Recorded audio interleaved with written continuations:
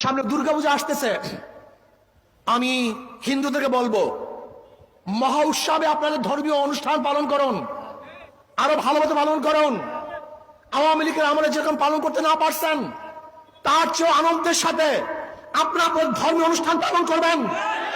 যদি প্রয়োজন হয় আমরা আপনাদেরকে ছায়ার মতো রাখবো, আপনাদেরকে আমরা সাহায্য করব, সহযোগিতা করব। কোন অবস্থাতেই মুসলমান কোন ধর্মীয় প্রতিষ্ঠানের উপরে, কোন মন্দিরের উপরে আক্রমণ করতে পারে না।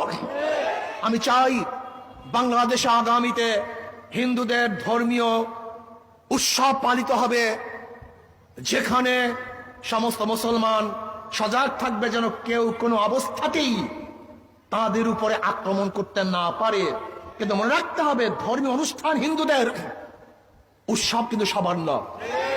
যাদের ধর্ম, যাদের উৎসব, তাদের উৎসব, তাদেরই আনন্দ, অন্য করে এখানে আনন্দ হতে পারে না। এটা মনে রাখতে হবে। আমরা খলত মলত করি, গড়িয়ে ফেলি, এটা ভুল। আমরা কি বলি, ধর্ম যার যার, উৎসব সবার। এটা ভুল মেসেজ, এটা ভুল থিওরি, এটা ভুল দর্শন। ধর্ম যার যার, উৎসব তার তার। ধর্ম যার যার, উৎসব সবার, এটা ভুল। তাহলে কোরবানির সময় হিন্দুরা কেন উৎসবিত হয় না? তার উৎসব কেন পালন করে না? ঈদের সময় হিন্দুরা আমাদের ঈদগাহে কেন নামাজ পড়ার জন্য আসে না? এটা ভুল মেসেজ। লেকিন নিরাপত্তা থাকতে হবে বাংলাদেশের প্রত্যেকটা নাগরিকের। হিন্দুরা ধর্মীয় উৎসব পালন করবে, আমরা বাংলাদেশের নাগরিক হিসাবে তাদেরকে নিরাপত্তা প্রদান করব। আর কিসের নিরাপত্তা? হিন্দুরা আমান, তারা নিরাপদ।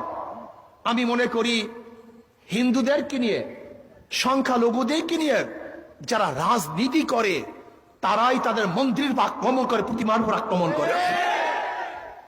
কোন মুসলমান, খাঁটি মুসলমান হিন্দুদের প্রতিমার উপরে আক্রমণ করতে পারে না, এটা ভুল।